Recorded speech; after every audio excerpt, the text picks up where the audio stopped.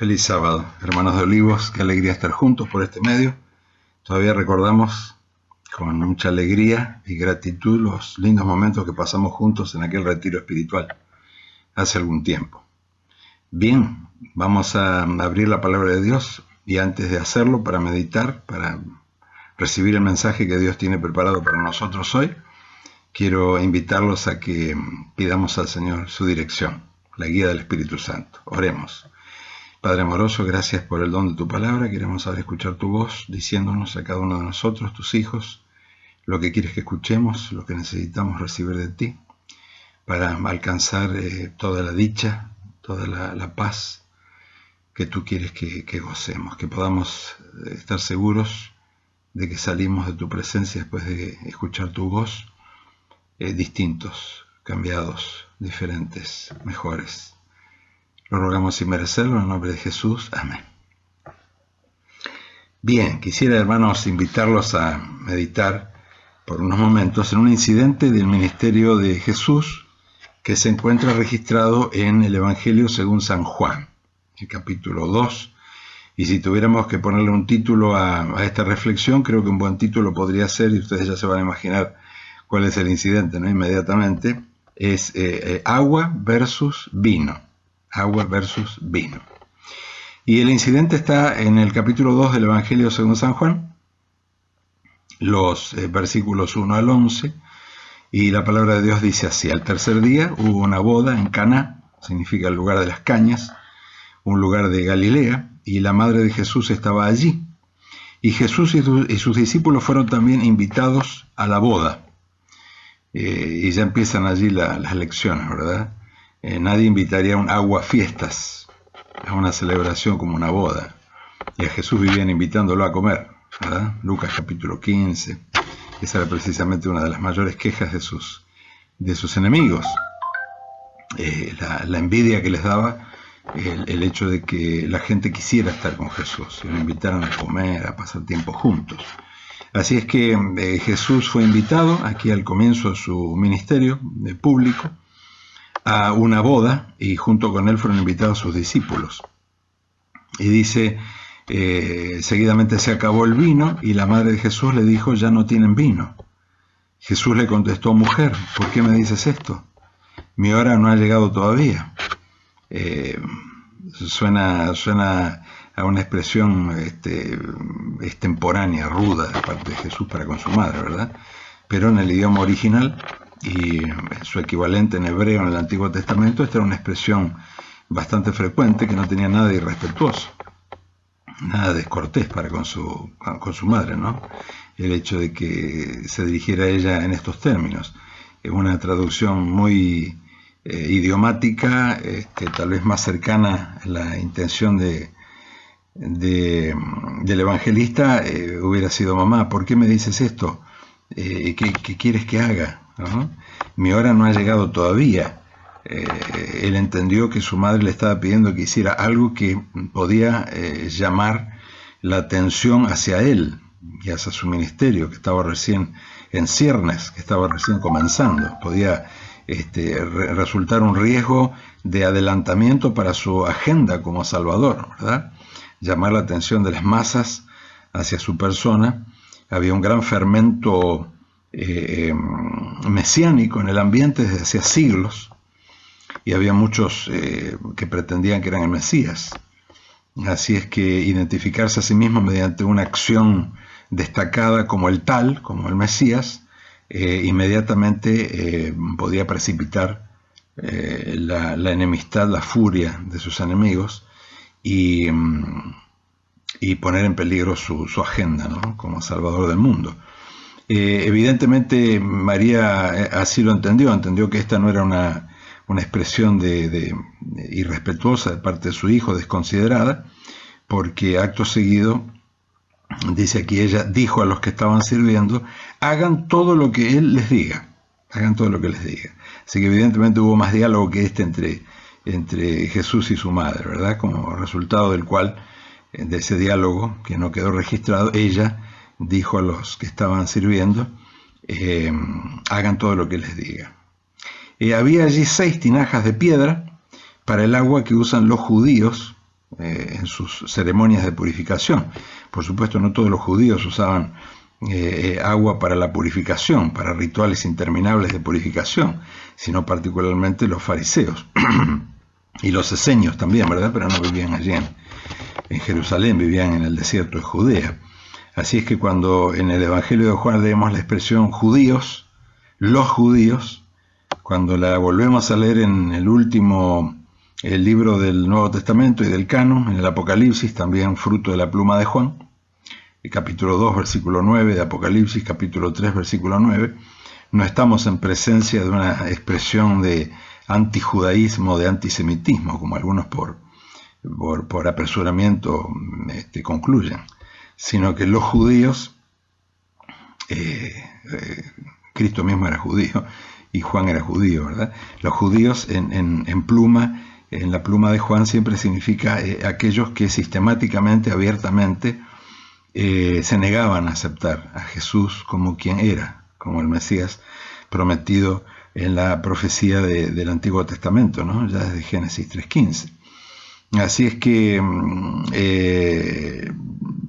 el judaísmo rabínico, farisaico de aquellos días, todo lo arreglaba con agua, ¿verdad?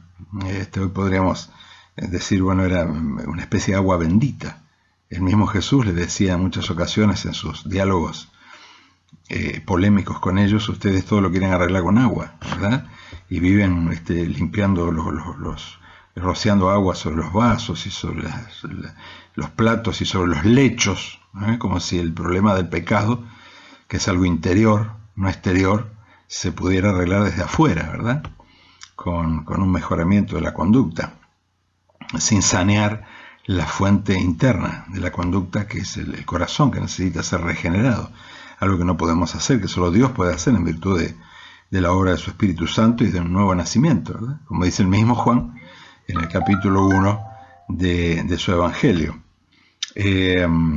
Así es que dice que en cada tinaja cabían de 50 a 70 litros de agua, unos 360 litros, y dice que estaban vacías las tinajas, o sea, se habían gastado 400 litros de agua prácticamente rociándola aquí y allá para resolver el problema del pecado con agua, como si fuera tan sencillo, ¿verdad?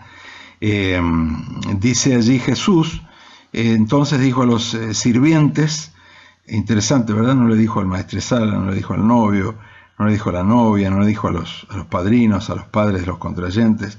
Jesús dijo a los sirvientes, a los que estuvieron dispuestos a hacer todo lo que él les dijera, llenen de agua estas tinajas. Así que me imagino la sorpresa, ¿verdad?, de sus discípulos y de los sirvientes. Estuvieron llenas de agua, ahora están vacías, y pretende resolver el problema de la falta de vino con más agua. O sea, no entiendo, ¿no? Y Jesús no pidió que entendieran, y la madre no pidió que hicieran solo lo que Jesús dijera si era razonable, sino que el consejo de María fue: hagan todo lo que Él les diga, obedezcan, aunque no entiendan, ¿verdad? Porque mi hijo sabe lo que dice, confíen en Él.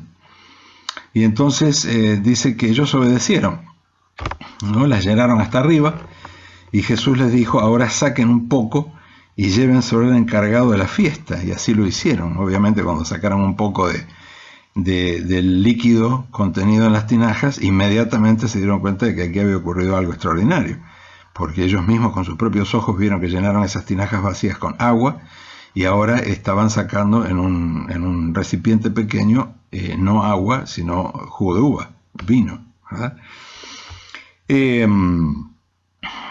Así lo hicieron, dice el relato, y el encargado de la fiesta ahora, el maestresala, el maestro de ceremonias, probó el agua convertida en vino y sin saber de dónde había salido. Solo los sirvientes lo sabían, pues ellos habían sacado el agua. Así que el encargado llamó al novio y le dijo: todo el mundo sirve primero el mejor vino, y cuando los invitados ya han bebido bastante, entonces se sirve el vino corriente, el común y corriente, de menor calidad. Pero tú has hecho la inversa. Tú has guardado el mejor vino hasta ahora, para el final. Y esto que hizo Jesús en Caná de Galilea fue la primera señal milagrosa con la cual mostró su gloria, y sus discípulos creyeron en él.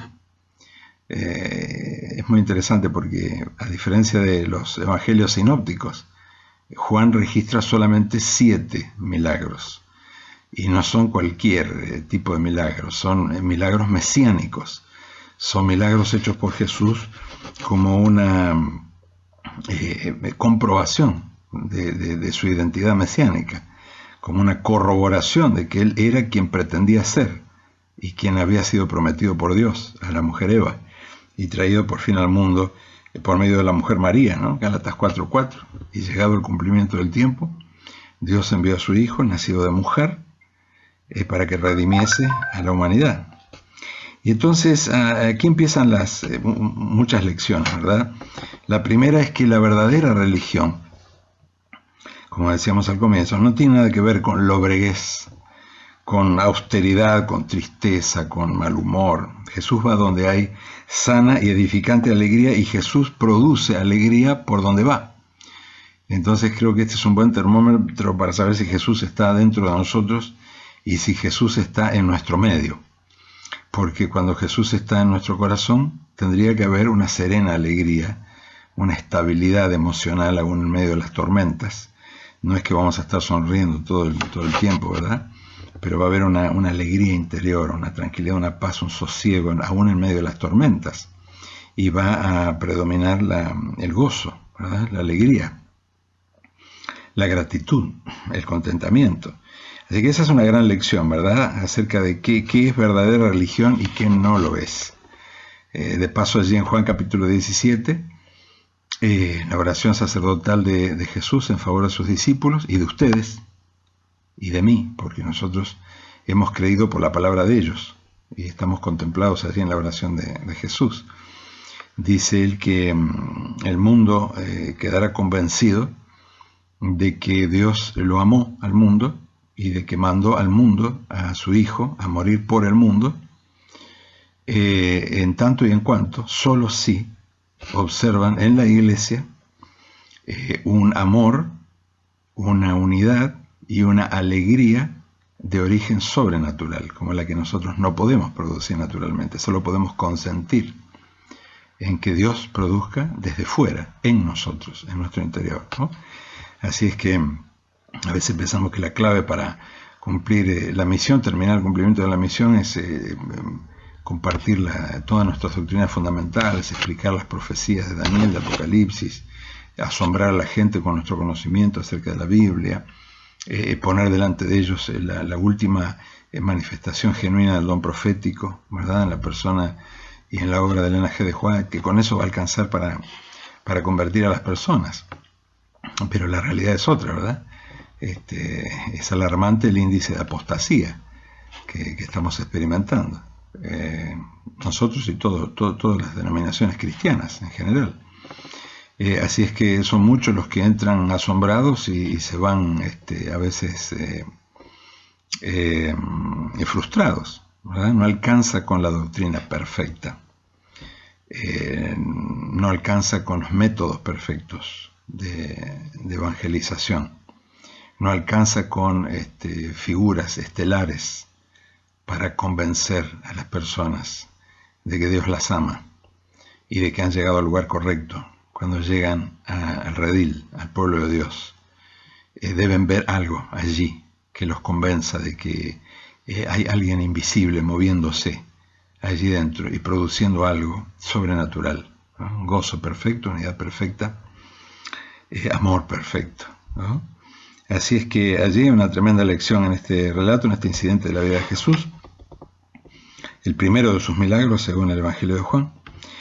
Otra lección interesante, la presencia de Jesús hace que todo cambie para bien, que todo resulte mejor. Con justicia podría decirse de él lo que cierta propaganda dice de cierta bebida que no lo merece, no merece que se diga eso de ella, ¿no? De esa bebida. Podría decirse de Jesucristo, Jesucristo le da más vida a tu vivir, ¿no? Y ese también es un buen termómetro para saber si nuestra experiencia religiosa es lo que Dios quiere que sea y puede hacer que sea y debería ser o no, ¿verdad? Si desde que encontramos a Jesús y Él nos encontró a nosotros, todo está cambiando poco a poco para bien, para mejor, ¿no? Porque nunca las personas que se encuentran con Jesús, que tienen un encuentro personal con Jesús, salen de ese encuentro igual que como entraron a Él. Siempre salimos mejores, nunca salimos iguales y nunca salimos peor, siempre salimos mejor. Entonces, si por alguna razón nuestra experiencia religiosa está estancada o hemos retrocedido, este incidente nos da ánimo, nos da esperanza, ¿no?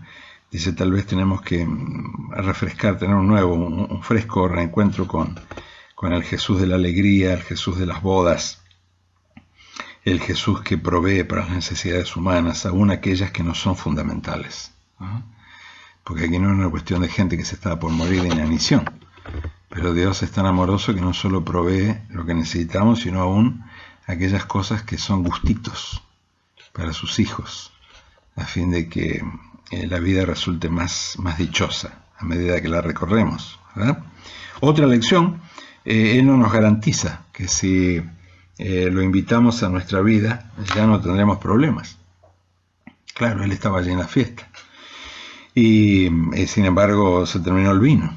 Los organizadores, los novios, los familiares estuvieron al borde de una situación social sumamente embarazosa, avergonzante. Pero lo que Jesús sí nos garantiza es que Él puede hacerse cargo de nuestros problemas y preocupaciones, reales o imaginarios. Dice el Salmo 23 en este sentido: aunque pase por el más oscuro de los valles, no temeré, porque tú estás y estarás conmigo. Tu vara y tu bastón me inspiran confianza. Me has preparado un banquete ante los ojos de mis enemigos. No dice que no tendremos enemigos. No dice que no tendremos necesidad de que nos prepare un banquete. Tu bondad y tu amor me acompañan a lo largo de mis días, y en tu casa, oh Señor, por siempre viviré. Dice la versión Dios habla hoy de este hermoso salmo, ¿verdad? Salmo 23. Agua versus vino, vino versus agua. Ese era el título que habíamos propuesto para nuestra reflexión. ¿Cuán buena es el agua? ¿Cuán necesaria? ¿Cuán saludable? Bueno, dicen los que conocen el cuerpo humano, porque se mueven en el área de la fisiología, de la salud, de la biología, que estamos compuestos por un 70% de agua. Y parte de esa agua que somos es consumida constantemente para mantener las funciones de nuestro organismo, ¿verdad? Para poder cumplir con funciones fisiológicas que nos mantienen vivos. La transpiración, que regula la temperatura corporal, la eliminación de los residuos, la deglución de los alimentos, etc. Por eso necesitamos, dicen, algo así como 8 vasos de agua de buen tamaño por día, ¿verdad? Para que el organismo pueda funcionar. Podemos estar muchos días sin comer. De hecho, Jesús estuvo 40 días sin comer en el desierto de Judea, pero apenas podemos estar unos pocos días sin consumir, sin reponer el agua que nuestro organismo necesita para funcionar, ¿verdad? Y el agua que consumimos, por supuesto, ya nos enseñaron desde la escuela primaria, debe tener ciertas características, ¿verdad? Debe ser potable, o sea, libre de microorganismos patógenos, y debe tener ciertas características organolépticas, ¿no? Debe ser inodora, incolora e insípida. Pero las mismas virtudes del agua potable son precisamente sus más grandes limitaciones, ¿verdad? Porque el hecho de que sea inodora, de que no tenga olor desagradable, significa al mismo tiempo que no tiene un aroma atrayente, ¿verdad? Muchas veces tomamos agua por una cuestión de disciplina. Dicen que cuando uno siente sed ya se está deshidratando, ¿verdad? Que hay que tomar agua antes de sentir sed. Pero creo que podemos sincerarnos y decir que el agua no es muy apetecible, ¿verdad? No tiene un aroma atrayente como el jugo de la uva, por ejemplo, ¿verdad? Ese perfume que se percibe a la distancia, ¿no? Cuando la uva está madura en las vides, en las parras. Incolora, debe ser incolora, no tiene aspecto desagradable, pero tampoco es colorida. De nuevo, como los zumos frutales, como los jugos, ¿verdad? Debe ser insípida para ser potable, es decir, no tiene un gusto desagradable el agua potable, pero tampoco tiene un sabor agradable. No se puede vivir sin beber agua, pero tampoco se puede vivir solo bebiendo agua, ¿verdad? Nuestro organismo necesita otros componentes, minerales, vitaminas, hidratos de carbono, proteínas, fibra, etc. Si bebiéramos solamente agua, moriríamos. Iríamos languideciendo hasta morir al poco tiempo, ¿no? Y la vida sin Jesús se parece al agua, ¿verdad? La vida tiene muchas cosas que son buenas y hasta indispensables. No se puede vivir sin dinero, ¿verdad? Sin relacionarnos con los demás.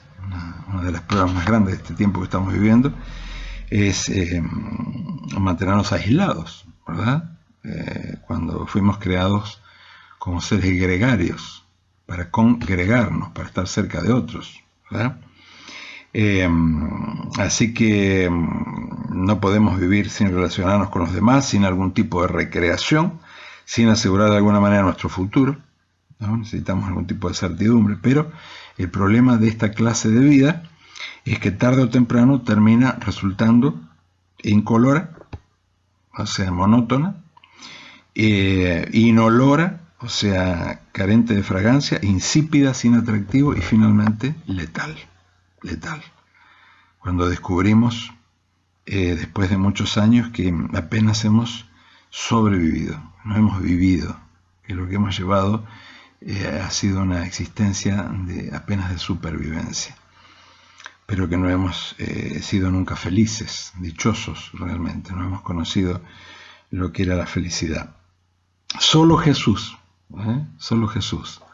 nos enseña este incidente. Puede transformar el agua de la vida, es decir, el agua de lo cotidiano, de lo necesario, de lo indispensable, en el sabroso jugo de uva de la dicha.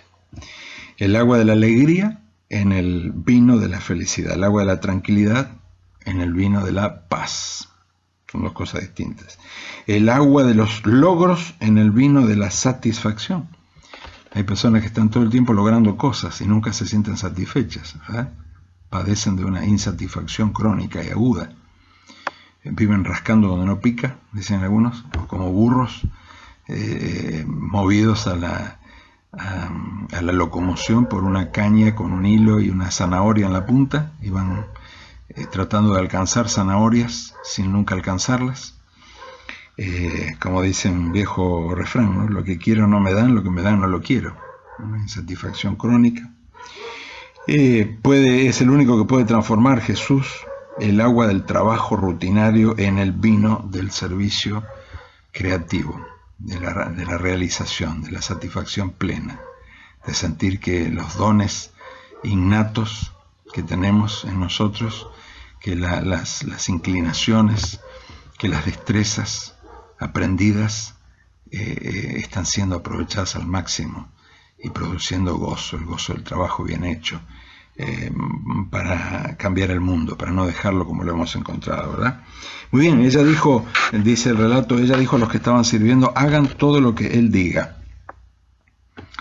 Solo Dios puede transformar el agua de lo bueno, pero incoloro, inodoro e insípido, en el jugo de uva de la dicha, de la realización, del gozo, de la paz profunda, de la paz que el mundo no puede dar.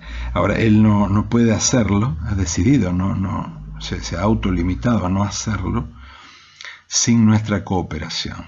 Quiere concedernos el gozo de que seamos partícipes de este milagro de transformación, ¿no? Ella dijo a los que estaban sirviendo, hagan todo lo que él les diga. Todos los milagros registrados en la Biblia, para asombro nuestro, tal vez tienen la misma fórmula, ¿no? 1% humano más 99% divino igual milagro.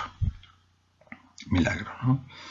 Para alimentar unas 20.000 personas con 5 panes y 2 peces, y si nos falta 5 panes y 2 peces. ¿No? Cuando los discípulos dijeron, Señor, tendrás que despedir a esta gente porque van a desfallecer de hambre por el camino, es mala prensa para ti, para nosotros, ¿no? Para tu mensaje.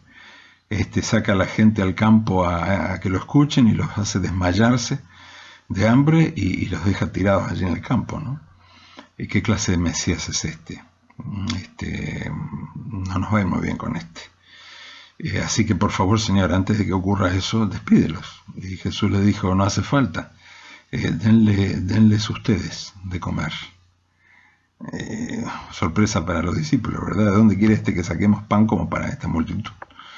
Y Jesús les dijo, vayan en medio de la multitud y busquen a ver qué pueden encontrar. Y luego vuelvan y díganme qué encontraron, qué consiguieron. Y los discípulos, creyendo que por fin se habían sacado el problema de encima, vinieron con la miserable donación de un niño pobre, 5 panes y 2 peces. Seguros de que ahora Jesús diría, ¿esto es todo? Sí, bueno, sí, efectivamente, usted tenía razón, es imposible. Despidan a la gente, que vuelva mañana. Pero para sorpresa nuevamente de ellos, Jesús les dijo, es suficiente. ¿Esto es todo lo que pudieron conseguir? Sí, es suficiente.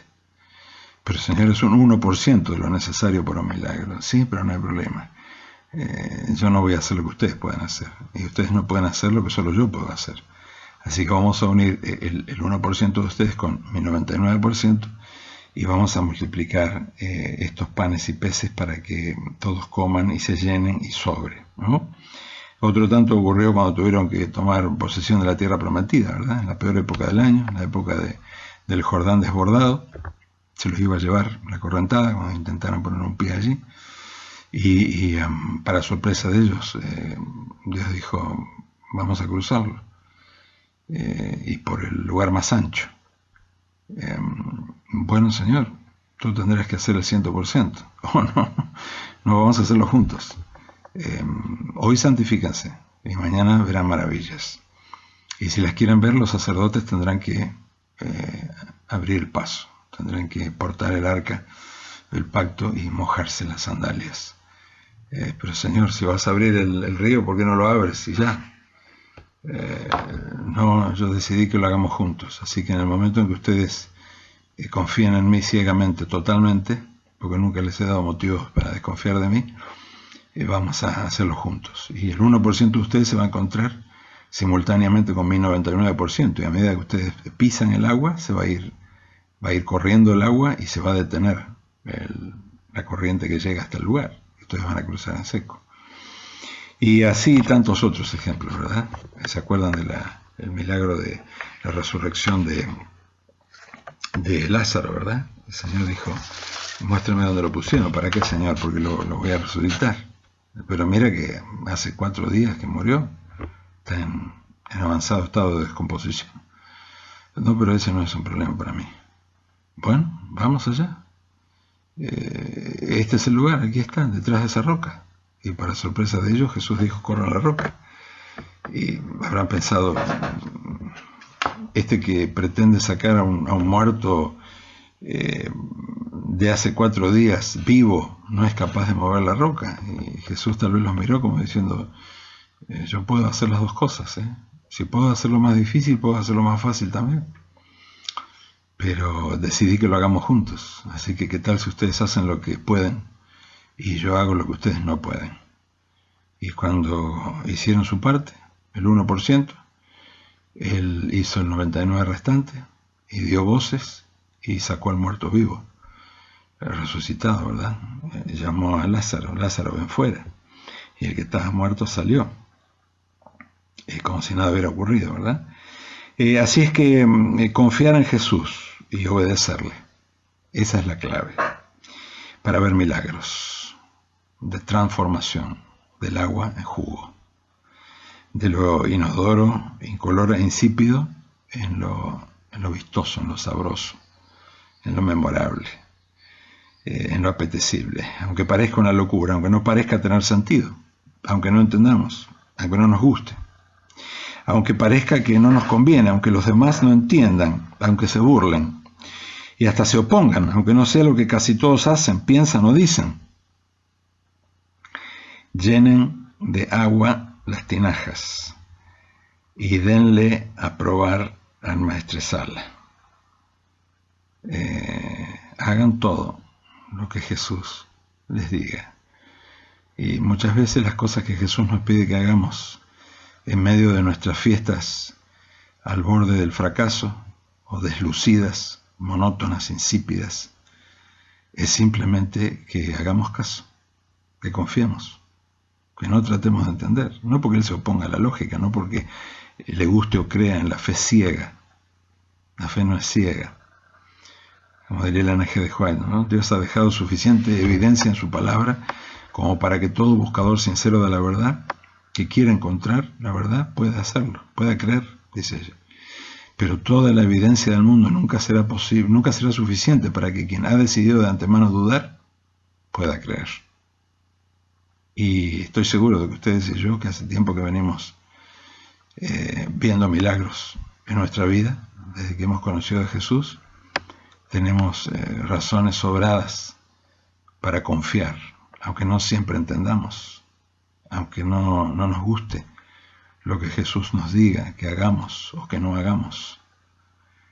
Y en lo íntimo de nuestro corazón sabemos por experiencia que siempre que le hacemos caso, todo termina mejor que como está ahora, ¿verdad?